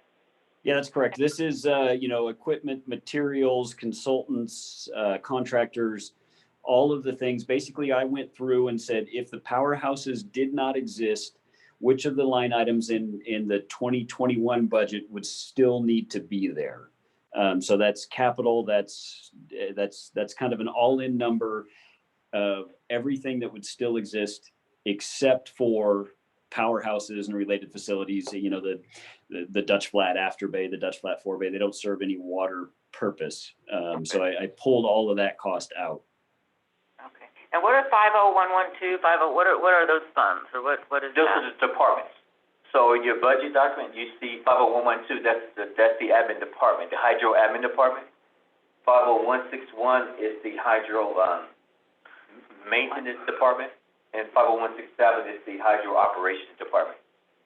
Probably could put that description there, but. And this was assuming that there's no lower division waterways to This is just general this is overhead just the water. help. It's Just getting the water all to above water Scott. Admin, what is admin? What admin are you talking about? I mean, that's like, what is, That what, 4.3, that's, and, that's key, and that's predominantly consultants and, other things, right, within that? Yeah, so that's also the capital budget. So you're seeing, so I've assumed that even if the hydroelectric department didn't exist, you're still going to have repairs that are necessary on the Scotts Flat spillway. Even if the hydroelectric department didn't exist, you're still going to have project out yeah, on the dam. Comby Dam. So Dam, sure. that's largely driven by the capital cost, which is shown in the hydroelectric admin budget, the 50112. Oh, so admin's not just strictly admin like HR, IT, No, all that stuff. no, It's a no, different this is the- admin, Yeah. consultant, okay. Yeah, in terms of personnel in that group, it would be you can see I've got the senior dam safety engineer, the MA would be in there, the assistant engineer, their salaries, but it would be in there. But that number is largely driven by the large dam projects that would still need to go on, even if the hydro projects didn't exist. Right there, sure, I understand, okay. Yeah, I'd like to chew up these estimates with What you see. what I think, sure. That'd be helpful. So that's, go back to the shared resource. So that's the, and Chris, you can scroll that, yeah. So that, no, Chris, you can scroll up. getting dizzy. Which way are we scrolling? So that's the line there. So what this is saying is that the water fund is receiving about 19.1 million in shared resources. Mhm. And it's in the dispersing section is about 2.8. We'll get to the dispersing section in terms of how I estimated that. Okay. And so that's for the water fund. For the recreation fund, you have your budget subsidy coming from hydro, the 315. Mhm. Now, this next category here, the water overhead department.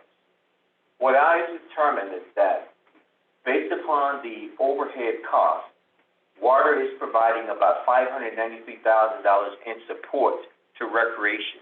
Here's how we determine that. You scroll down just a little bit. Scroll down a little bit more. There you go. We'll stop right there for now. This is the water department only. These are the overhead costs of the water department.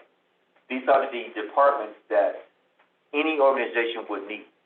If recreation was a legal entity, it would need these functions. It may not need specific departments depending on how big it is, but you would need someone who knows how to do everything listed there. If hydro was a separate legal entity, you need someone who knows how to do every single thing there, or you outsource it, right? So these are overhead costs. What's the difference between receiving estimate and dispersing estimate? Receiving estimate is what the fund is receiving in terms of subsidy, The water fund. any fund. In this particular instance here, this is the water fund, yes. The water fund, go up to the top here, go up to the top. So the water fund is receiving about $19.1 million in shared resources.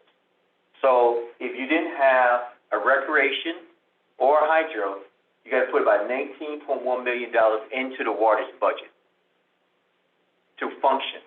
At the current water rate, Just right now. this right now. Right now. If you don't have recreation or you don't have hydro, you don't have their reserves, you don't have hydro's labor, you got to put about $19 more million in the water to deliver that product.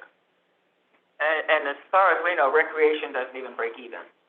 Well, recreation is not, but right now we're just saying this is how much you would have to put in water to deliver it. About $19.1 more million to deliver it. From So, the top of the mountain. All in. That's how you go. Unless you got to have another way, to share water. Just want to be clear. So now the overhead department, and this is the piece where what we're seeing the overhead cost. The overhead cost now for these departments, and I have some asterisks here. One, and I was trying to be fair. In the analysis, you want to be fair as you can, right? I was being fair. In this analysis, this excludes debt service. So debt service right now, we're paying out of our maintenance department. Debt service is about $4 million a year. Management. I don't want to call that overhead because then you would inflate your true overhead costs. Debt service is not really overhead. So we take that out. Also, I exclude capital projects because capital projects are not considered overhead. Nope.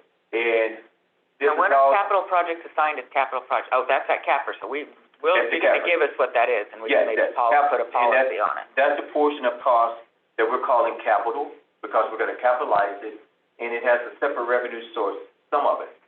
Some of it does have ratepayers, a very small portion. So all of water's overhead departments, about 14 million and 15 million is the overhead department. This cannot be allocated to any particular customer truthfully in integrity. So this is the overhead. So scroll down just a little bit. What I did was that I used the FTEs as the basis to estimate the overhead costs to allocate to each fund. You can use other bases, but FTEs makes more sense. You had to come up with one to do it, More right? sense. Yeah. That So, makes sense. It makes more sense in this instance. So essentially what we're seeing for the FTEs, each one of the FTEs is going to cost about $65,000 in overhead for each FTE for us to service. So for each one of our FTEs, we have an overhead of about $65,000. think about it kind of logically, overhead, then your benefits, and each one of the FTEs has to be supported. So hydro has to support 28 FTEs, water has to support 176. Rec only has 9. So I'm essentially taking this 14 in, Chris, click inside this cell here. Just click inside the FTE. Yeah, just click it. So what I'm doing is essentially taking the total overhead that the water fund has. Double click it. Okay, yeah, I'm taking the total overhead that the water fund has, right? And dividing it by the total employees it's supporting, district-wide. Once we know the total overhead and how many employees it's supporting, now I know per FTE, and I assign that cost to each fund. So, But these FTEs include not only overhead FTEs, these include all FTEs, right? yes, all because FTEs. all are being supported by this By that. FTE dollar. Okay, Every single employee, Every- regardless of what he's doing or where he's working, he's being supported by the overhead. okay, I get it. Okay, so, essentially, so go back up, Chris. So based upon the number of FTEs, scroll up a little bit higher. Okay, good. Based upon the number of FTEs, recreation has $593,000 in overhead costs. What that's essentially saying is that if recreation had to go out and hire all of its overhead, it's going to pay about another $593,000. I see. Yes. And so you think about it, intuitively, you know, if you're a company and you don't have nobody do your IT, payroll, HR, directors, finance, you gotta go hire all that stuff. And in this instance, because water is already paying it, then the portion that recreation is getting from water is this. So what recreation is getting about $583,000 in overhead support. It's only giving $23,000 in investment earnings. So recreation is not paying its fair share. Right. Okay, that's what that is saying. Right. It's not paying its fair share, and that's okay. I mean, That's okay. you know, right now I'm sure you knew that recreation wasn't paying its fair share. Right. So recreation would also have to pay $630 next year. Now this is the part where chips guys and maintenance guys come into play. Click on that 427. What this is saying, yeah, you can escape out of it. Just hit escape. You're escaping. Yeah. What this is saying is that for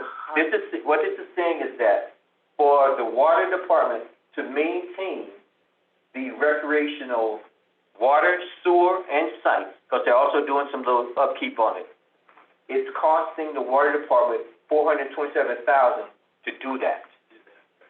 And ratepayers obviously aren't getting a benefit for it unless they go to the campground. But it's not in their rate structure. Right. That's fine. What we did was this. Click on that little tab. What are these that says- numbers? These are hard entered numbers. That's okay. That's okay. I'm gonna show you. Click on this guy that says, what's that say? Water. Yeah. Click on that guy. Okay. There we go. Okay. Thank you. So, and it's fine. You'll have it. You'll have it in there. That's fine. What this is saying is that we pulled all of the costs as water charged to the recreation sites. We pulled all of the costs when water does the water system and the recreation and it's the sewer system and stuff. We pulled all the costs. Where'd you pull it from? The payroll file, the details. So when Chip's guy and Bob's maintenance work on anything up there, they're charging their time. Same as the hydro up there. Same thing. Something's missing. Yeah. We're charging our time cards It's in there. facility that should be showing. It should, on those reports, yeah. So this is the detail behind it. It's a lot of detail behind it to just summarize for you. So it's showing this is the labor and this is the benefit portion. And that kind of the benefit portion. And so that's where that number comes from. Click on this guy here. This is the labor. Here's the materials. You can blow this out. These are the materials that when Sheriff's Department, 10171, you can scroll up, when they bought things for these are all the recreation systems, They're actual expenses. actual expenses. And this is the material portion. And now we'll go back to the shared resource. So this is where those numbers came from. The first portion there gives you the labor, and the other guy is the material. And so, as you pointed out, you knew cost was happening. So this is the cost that was happening. So for recreation is receiving about 1.3 million in resources, and it's not paying anything, obviously, doesn't have any money. So, but that's what's going on. Now, look at hydroelectric. Hydroelectric is also getting the overhead sharing from water. So the $1.8 million is what hydro would have to spend to support the structure, given the size of it and given its allocation portion of overhead. So hydro has about 30-some FTEs. Those 30-some FTEs equates to about 1.8 million in overhead costs. So hydro is paying out 1.8, but we can see what hydro is receiving, but hydro is actually giving what? 19. 19. So the hydro, without a doubt, is giving a huge subsidy to the water fund. Huge subsidy. Yeah, if they weren't, we wouldn't be having hydro. That's why we created hydro. That's where we created hydro. Exactly. So water is free now, right? Exactly. Yeah. Right. So this analysis here is the first time that we put concrete numbers, Interesting. so you have a better understanding of the shared resources among the fund. That's great. Yeah. Thank you very much. Yes. Yeah. And of course, I mean, they're estimates, but they're very reasonable estimates. Well, I need to true up that one, but the rest of it sounds reasonable. Continues to highlight the fact that there is a major benefit for the hydroelectric department bringing the water down to Scotts and Rollins and Coffee. Right. Yeah. That's kind of the goal of this, is to say, hey, look, there really is a Oh, benefit. yeah. That is something I try to point out to the raw water customers and say, I said, hey, we're already subsidizing. The water is free to Scotts Flat and to Rollins. That's the old free water thing. Yeah. That's where it is. Now it has to be distributed. And, I think this, it's a good exercise to It's look a at. very good exercise. To, I really appreciate it. Yeah, and it was part of the story that we haven't ever really been able to tell. I think there's always just been that, well, hydro brings over $6 million, and this year they brought over $13 million, and that's where it ends. Yeah. right. And the reality is, again, it's one of those, it's more complicated than that, and so we tried to put pen to paper, and Marvin's done a good job at putting this into a reality to say, no, there's a whole bunch of effort that goes in to just get that water from Right. our upper division to then be able to use it from there. Can we get this information to other board members? I think this is something Ricky and I have been talking about, what happens at committee meetings. If you don't go to the committee meeting, you don't hear some of this stuff, No, you'll hear it. You're not gonna hear this one, and I think It's kind of got business. Nothing adds up. it's got my brain spinning, but I think Yeah, it's yeah. a good exercise. I mean, there's cost there. I mean, Yeah. there's a cost for water to provide support, IT support, HR support, Right. purchasing, and this shows you the cost that water is, that is supporting hydro and rec and for those other areas. Well, or hydro's paying water for their services. And then that's how it should be looked, the hydro is Yeah. paying water for that service. Yeah, without a doubt. Yeah, Very good. that's great. So my outstanding question on that is, let's true those up to actual expenses. Sure. And so you sent what you had calculated to Oh, yeah. Well, see, and Marvin? I mean, we Maybe can we look, need to get that to Kean and see what listing is Yeah, that we- calculation. we can show that to Or Ken. if there's just an error or something. So, I know what you're referring to, but this is the end of the warrants, 2019. It was from the February 12th, it was like February item 12th. 8 of the February 12th Right. The board meeting. Yeah. And it's at the very end because it was trued up. It was a trued up, end of year expenses. This is what we spent on every project, Oh, this is yeah, what we yeah, spent yeah. on every Mhm. facility. This is a report. I remember that report. This was part of it. That's the one we're gonna do the memo for. That's right. That's right. The difference. Yeah, so it's that report. I just, because I was just trying to figure out what, what is it? We were all wondering, well, how much is it? What is that actually? So I went to the expense report for last year. So are you referring to the one that, now we're a little bit in the Um, weeds, so we'll, yeah. we'll come back. Yeah, Chris, you can bring up February 12th and 14th, and I'll show you exactly what it is. No, we'll Yeah. I'll talk offline, because All I right. know, I think, I just wanna make sure I know. Yeah, if I had my machine here, I could send it. So, that really kind of, was the end of what we had planned to discuss today. I think what I've got as takeaway is we definitely want to, get you the definitions of what a capital expense and a capital project is, so that you have an understanding, a deeper understanding and education on that.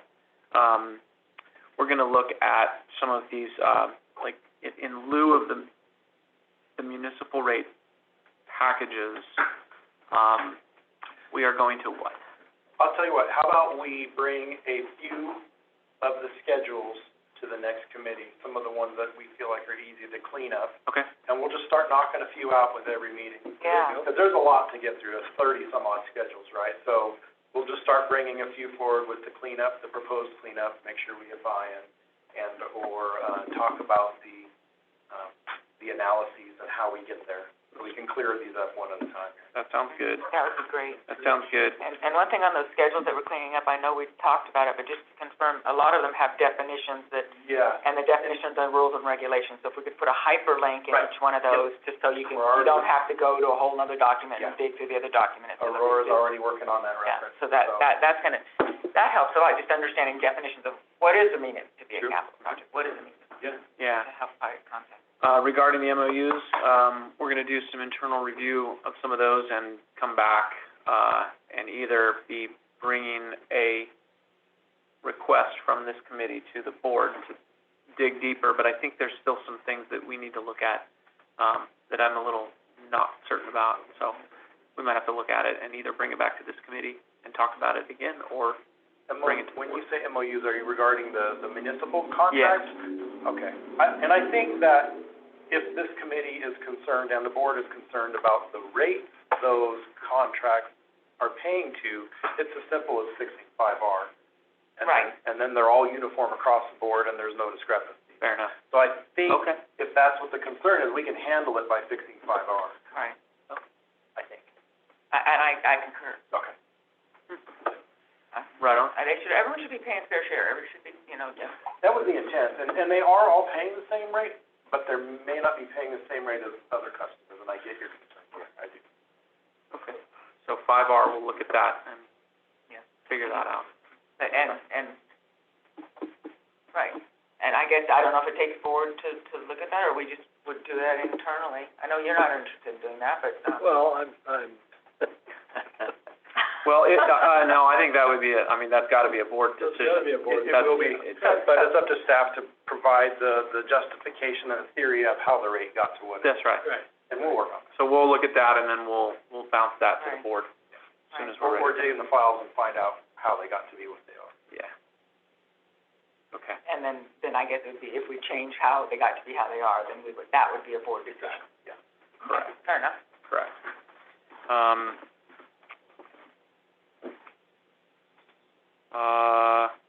The question here about the upper division facilities, we'll bring that back.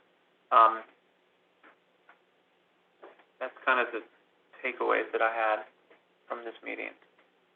Eventually, we're gonna have to get, I think, Bartle Wells in here to start discussing the actual package.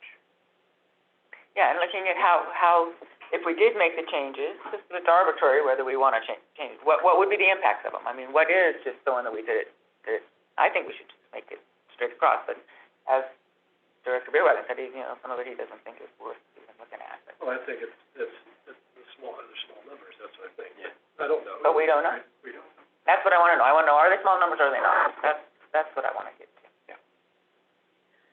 there anything else then in sort of as you've been thinking about different ways to kind of address the pennies in order to make dollars philosophy? Oh, we've already gone through the schedule, so Yeah. every No, I know, schedule beyond- has pennies that can add up to Beyond, dollars. beyond that.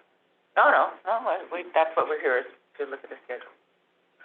Because I know the PCWA, they got rid of their fixed fee. You were saying we need to look at them maybe increasing our fees. They got rid of their, they didn't get rid of it, but they reduced their fixed fee. So I don't know why, I mean. So- They actually increased the percentage of their rates to 65 Did they? to make themselves more drought-proof. Right, and that's, okay. no, they got rid of something else, it wasn't that one, I can't remember what it was. Yeah, where did they get rid of that? Oh, okay, well, that's okay, but, yeah, so, but Well, there's but then, zones. once we understand. That was They got rid of their They zones. got rid of their Oh, zones. their Yeah. zones. They went to a postage They stamp went to rate as postage opposed to stamps. zones, Yeah. Okay, Yeah, I'm, yeah. That's what they Yeah. did. I yeah, thought that Just was- 'cause we talked about zones a little bit too. yeah. You guys wanted, cost of service, and that showed all that stuff, and then we go, okay. Now we open up a huge can. Well, of now we know worms. how much it costs, I mean, it Now we know. served its purpose. Right. Yeah. Well, no, what I meant by zone, Yeah, it's a can of worms we don't wanna open up. I do want to mention, since Brad was on the line, and kind of the morphing of the ag Yes, group right. into this group. We haven't talked about that for a little bit. The ag, we talked about bringing the ag community in to one of these meetings, and we said last time that it's just too premature. Let's not bring them in yet. Let's understand kind of where we are to talk about an ag subsidy of some sort that's in addition to what you've seen on the screen here. So, I don't want to lose that, but Well, I don't either. I don't know if we're ready to. So how about if how soon, we don't know how soon we're gonna have the survey. Brad, and I argue Brad is one customer too. We're not hearing it from 100 egg customers. Roger Ingram says, I hear it from a lot of ag customers in my city. anyway, Well, not a lot, but more than one. without knowing how many are bona fide, if we wanna go down that rabbit trail, and that also, the legality of doing that was always still been a question. Right, and that needs to, somehow we need to pursue some input to answer that question. What you're talking about, that being in addition to the existing subsidies that district already supplies all district customers. Right, no, the idea that we would subsidize one particular group. Yeah. To the exclusion of the others. Right. That's the legal question, that seems to be a gray area. When we Right. talked, the last time we had, we talked Right. to Right. Dustin about it. Okay.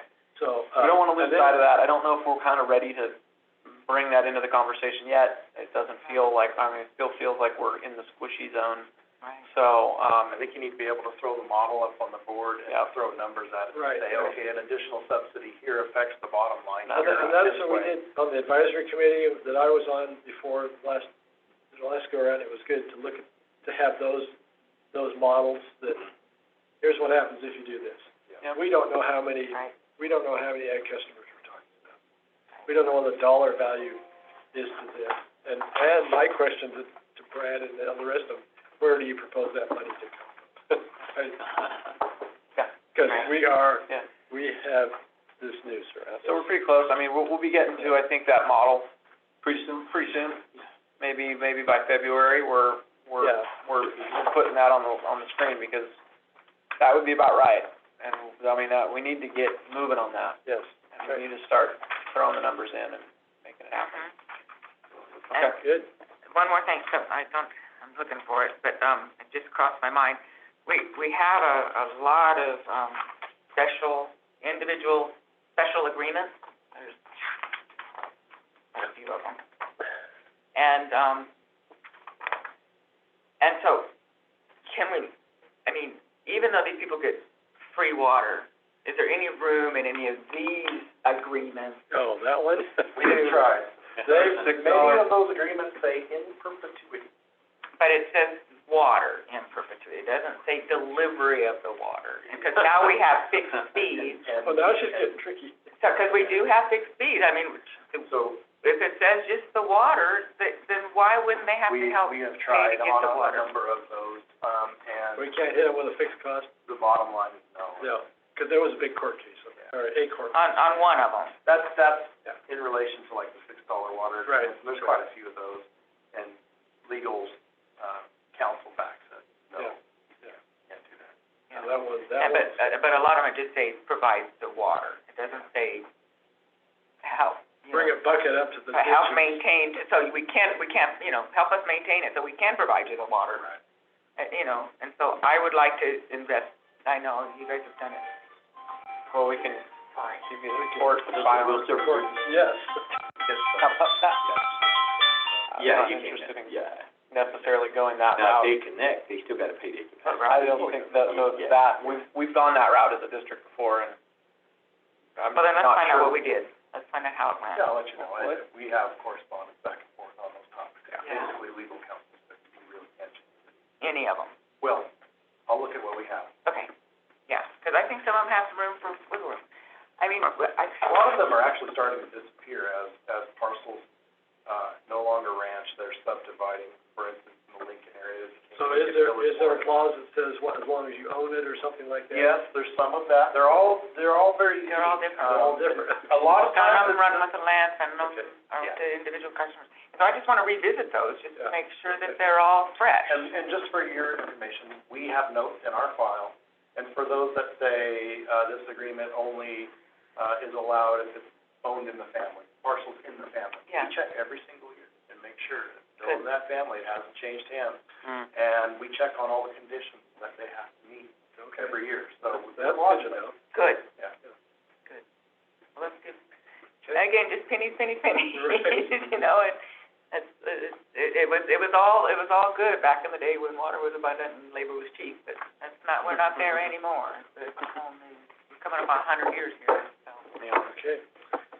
Okay, we'll reach out to you, and determine the next meeting date. It's gonna be in January, maybe we might even have two, we have one early and late January. I mean, we missed 1 month, and so maybe we have to have an interim one to make up. We'll We'll see how that data comes in, yeah. just to make sure we meet our goal, because it is, I tell you, it's a lot of work, and I super appreciate staff to engage in it, because it's needed, I think. Chip away at it. What's that, Kurt? Oh? Okay, the member of the public who is out there, is there something you would like to, state? Make a comment? I can't see the name, but, Ms. Dion, if you are there and you want to, make a comment, we'd be more than willing to listen. *9 to raise your hand. As I work through the unmute, I was just appreciative of the dialogue that I heard today. It's just a learning episode for me, so thank you very much. Great, appreciate you being here, Mitch. Thank you. Thank you. Okay, well, if there's nothing else, I think we'll go ahead and close. It is, 3:24. All right, thank you. Thank you very much. Thank you. Thank you. Thank you all. Thank you.